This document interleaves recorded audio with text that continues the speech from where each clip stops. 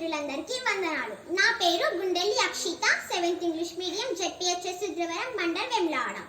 నేను స్నేహం యొక్క విలువ గురించి ఏకపాత్రాభినయం చేయబోతున్నాను.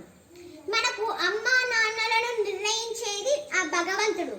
మనకు బంధువులను చూపించేది మన తల్లిదండ్రులు.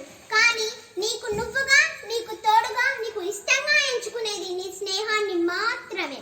స్నేహం అంటే ఆడుకోవడం కాదు, ఆదుకోవడం, వాడుకోవడం కాదు, వదులుకోకపోవడం.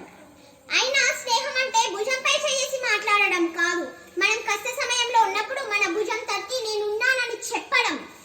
నువ్వు ఆనందంలో ఉంటే నీ వెనకున్నవాడు, బాధలో ఉంటే నీ ముందున్నవాడే నీ నిజమైన స్నేహితుడు. గాయపడిన మనసును సరిచేసేందుకు స్నేహాన్ని మించిన ఔషధం మరొకటి లేదు. స్నేహం విలువ తెలిసిన వారు నిన్నెప్పటికీ దూరం చేసుకోరు, తెలియని వారు నిన్నెప్పటికీ అర్థం చేసుకోరు. కష్టాల్లో ఉన్న ప్రతి ఒక్కరూ గుడికి వెళ్తారు, తమ బాధను ఎవరికి చెప్పుకోవాలో తెలియక. మరికొందరు వెళ్ళలేకపోవచ్చు. అలాని దేవుడు గుడికి వచ్చిన వారిని మాత్రమే ఆశీర్వదించి రాని వారిని వదిలేయడు కదా.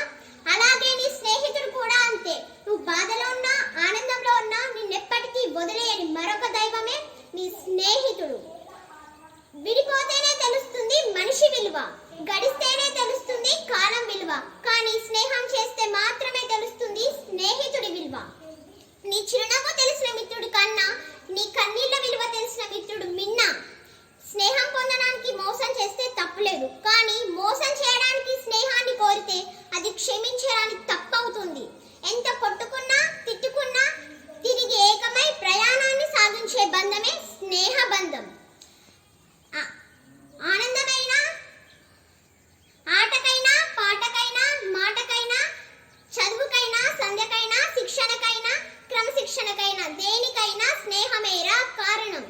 స్నేహం అంటే నా ప్రాణం, స్నేహమే నా జీవితం, స్నేహమే నా శాశ్వతం, స్నేహమే నా సర్వస్వం. స్నేహం కన్నా మిన్న ఈ లోకాల్లో లేదురా. అందరికీ హృదయపూర్వక ధన్యవాదాలు తెలుపుతూ ఇట్లు మీ మిత్రురాలు గుండెల్లి అక్షిత.